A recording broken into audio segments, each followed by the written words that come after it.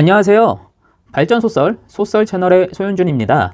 이번 시간에는 전력계통과 관성과의 관계에 대해서 조금 더 얘기를 해볼 건데요. 지난 시간에는 역학적 관성의 관점에서 보았다면 이번에는 정기적 관성 관점에서 썰을 한번 풀어보겠습니다.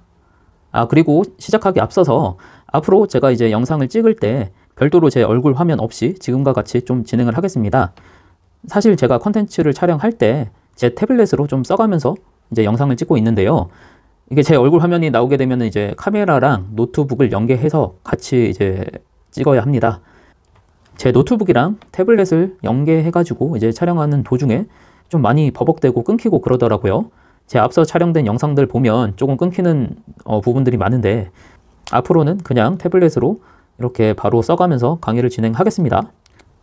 보시기에는 좋은 페이스는 아니었으니까 불만 있으신 분은 없을 거라고 생각하고 바로 강의에 들어가도록 하겠습니다.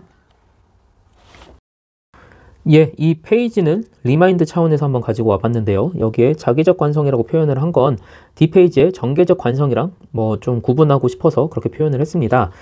자기장에 의한 관성을 이렇게 자속의 관점에서 보게 되면 우리 잘 알고 있는 패러데이와 렌츠의 법칙이죠. 코일을 통과한 자속의 양을 유지하려는 성질로 이렇게 코일에 유기기전력이 생깁니다. 그리고 우리는 발전기에서 이렇게 코일에서 유기기전력을 얻고 전기에너지를 얻는 것이죠.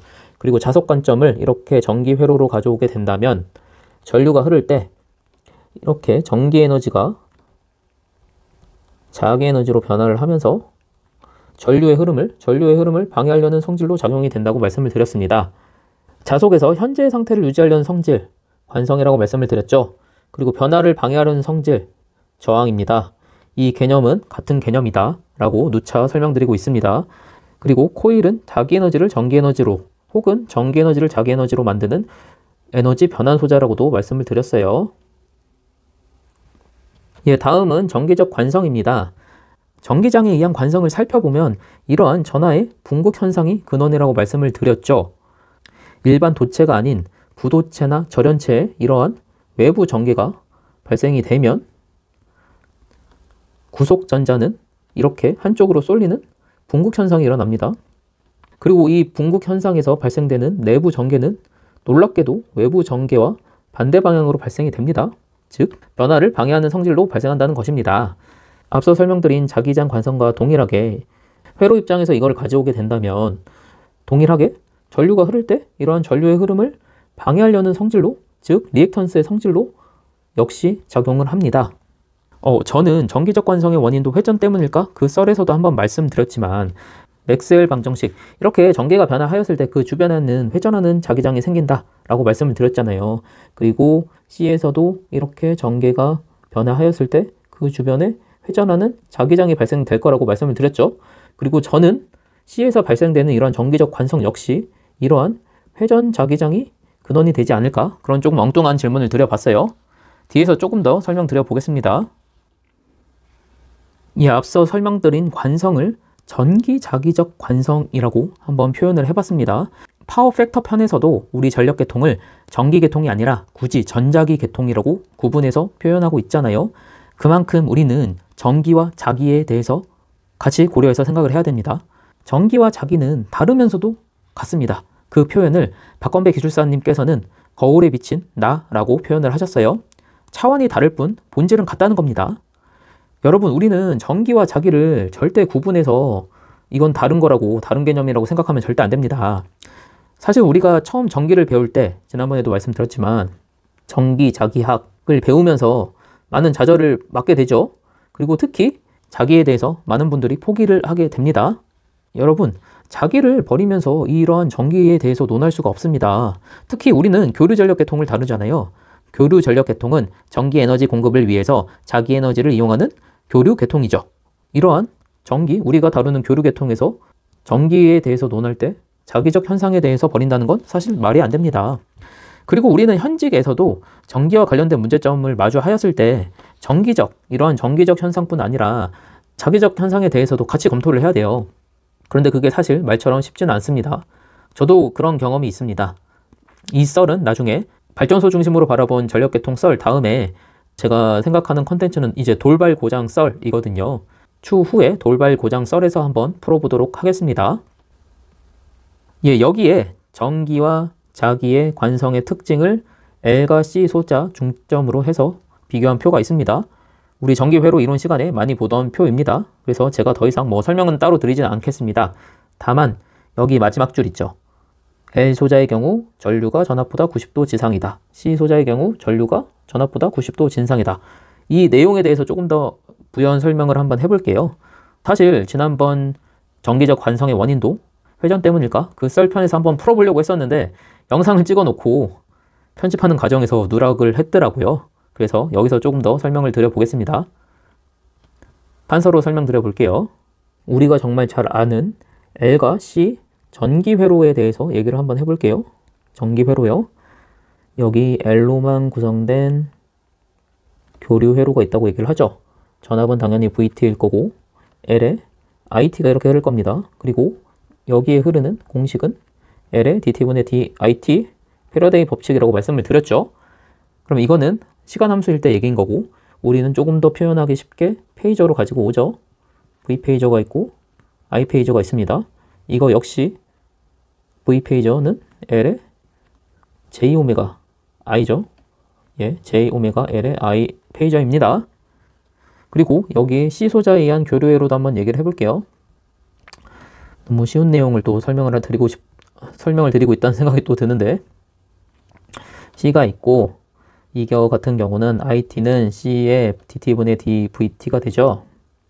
이걸 또 동일하게 페이저로 가져오게 된다면 V 페이저를 기준으로 I 페이저가 앞서 있습니다.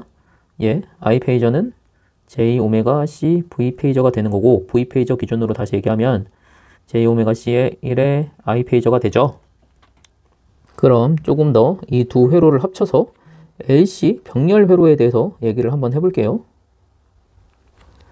앞에 회로에 L 소자가 있고 C 소자가 있습니다. L과 C 소자입니다.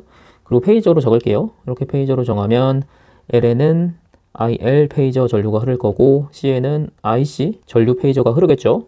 그리고 이거를 페이저로 똑같이 작성해보면 이렇게 V 페이저가 있을 거고 V 페이저 기준으로 90도 뒤진 IL 페이저가 있을 거고요. 그리고 이쪽에는 컨덴서 전류의 페이저가 있겠죠. 예, 우리는 회로 이론 시간에 이렇게 L과 C 소자의 리액턴스의 합을 구하고 그리고 그때 흐르는 전류값을 구하고 또 각각 흐르는 전류값도 계산을 했습니다. 그리고 각각 소자에 걸리는 전압값도 뭐 구해보고 그랬죠. 그러면서 우리는 IL과 IC가 정확히 180도 위상차를 갖고 있다는 사실을 잘 알고 있어요. 그리고 이렇게 리액턴스 계산 시에 두 개의 값을 빼준다는 사실도 잘 알고 있습니다. 이 개념을 확장하면 역률 보상, 무효 전력 제어 전부 다 C에 흐르는 전류, L에 흐르는 전류 그 크기를 조정해 주는 것이잖아요. 그럼 우리가 학창시절 때 이렇게 열심히 풀었던 회로 이론 혹시 IL과 IC가 이렇게 상쇄되고 빼주고 이러한 수학적 계산들이 어떠한 물리적 현상이 있을 거라고 혹시 고민해 보신 적이 있으신가요? 이거 정말 중요한 겁니다. 제가 반복해서 공학에서의 수학은 물리적 현상을 표현하는 도구일 뿐이라고 계속 강조해서 말씀드리고 있어요. 전기 회로 이론에서 뭐 복잡한 우리 회로들 막 수학적으로 열심히 풀었잖아요. 지금 와서 생각해 보면 그런 게 다 무슨 의미가 있었을까? 사실 그런 생각이 특히 요새는 그런 생각이 많이 듭니다. 이러한 회로 해석을 하는 복잡한 계산들 우리가 직접 하신 적 있으세요? 이미 이탭이나 PSS이죠? PSS 이러한 프로그램을 통해서 전력 조류 계산, 고장 분석 이런 거 다 이런 이탭이나 PSS 시스템으로 다 하고 있죠. 정작 우리가 회로 이론 시간에 집중을 했어야 되는 건 RLC 소자의 물리적 의미였어요. 복잡한 RLC 회로의 뭐 계산이 어떻게 되는지 뭐 그런 걸로 뭐 성적 받고 우열을 가리고 그렇게 했잖아요. 하지만 다 의미가 없다. 우리는 정작 RLC를 다루면서 이 RLC 소자에 대한 물리적 의미는 생각하지 않고 수학적으로 문제풀이에만 너무 집중을 했다. 라고 저는 그렇게 생각을 합니다. 그러면 저는 이러한 IL과 IC를 수학적으로 빼는 행위에 대해서 물리적으로 어떤 의미가 있을까 조금 생각을 해봤습니다. 제가 내린 결론은 이겁니다. 제가 앞서서 무효 전력은 필드를 만드는 전력이라고 말씀을 드렸죠. IL은 당연히 자기장을 만드는 전류죠. 그리고 이거는 제가 자기장 전력이라고 간단하게 말씀을 드렸습니다. 그리고 IC는 당연히 전기장을 만드는 전류입니다. 즉, 다시 얘기하면 전기장 전력인 거죠. 그런데 제가 앞서서 설명드렸지만 맥스웰 방정식, 전개의 변화는 회전하는 자개를 만든다고 말씀을 드렸어요. 그 얘기는 IC에서 이 전기장 전력이 변화하게 되면 차원이 다른 자기장이 만들어진다는 얘기입니다. 그리고 저는 여기 IL에서 만들어진 이러한 자기장과 IC에서 전기장이 만들어지고 그리고 전기장의 변화로 인해서 만들어진 차원이 다른 이 자기장, 이 두 개의 자기장이 서로 상쇄가 되는 게 아니냐, 그렇게 상쇄되는 물리적 행위가 실제 수학적으로 180도 이상 차이가 나서 서로 빼주는 행위가 아닐까, 그렇게 생각을 하고 있어요. 그리고 또 이건 좀 다른 얘기인데, 이거 그냥 직관적으로 이쪽으로 전류가 흐른다고 하면 암페어 법칙으로 자기장이 이쪽으로 회전을 합니다. 그리고 전류가 이렇게 흐르면 이쪽 방향으로 자기장이 생기겠죠. 회전하는 자기장이요. 놀랍게 방향이 반대입니다. 예, 앙페어 오른손 법칙으로 H가 이렇게 될 거고, 이쪽은 이런 식으로 자기장이 발생하잖아요. 그러면 두 개의 자기장의 회전 방향이 다르니까 서로 상쇄되는 거 아니냐, 이러한 상쇄되는 행위 자체가 전류의 감소를 발생시키는 게 아닐까, 저는 이렇게 물리적 현상으로 스스로 정의를 내렸습니다. 그리고 같은 개념으로 제가 에너지 삼각형을 말씀을 드렸죠. 이거 쇼츠 영상 보니까 영 조회수가 안 나와서 여러분들이 공감을 못 해주시는 것 같아서 개인적으로는 아쉬운데, 이렇게 PQS에 전력 삼각형이 있죠. 이거를 제가 에너지 삼각형이라고 계속 말씀을 드리고 있어요. 이게 전기 에너지, 이게 자기 에너지, 이게 전자기 에너지라고 제가 그냥 그렇게 부른다고 명명을 했습니다. 제가 무효 전력은 필드를 만드는 전력이다 라고 말씀을 드렸죠. 그런데 거기서 발생되는 전개에 의한 변화가 또 자기장을 만드니까 결국엔 자기 에너지 Q는 자기장 전력이다 라고 결론을 내렸고, 그렇게 말씀을 드렸어요. 근데 제 주장에 동의하시는 분들은 많이 없는 것 같아요. 예, 본격적으로 전력 계통과 전기적 관성의 관계에 대해서 썰을 풀기 전에 전기적 관성, 자기적 관성 입장에서 한번 정리를 한번 해봤습니다. 일단 여기서 한번 끊고 갈게요. 감사합니다.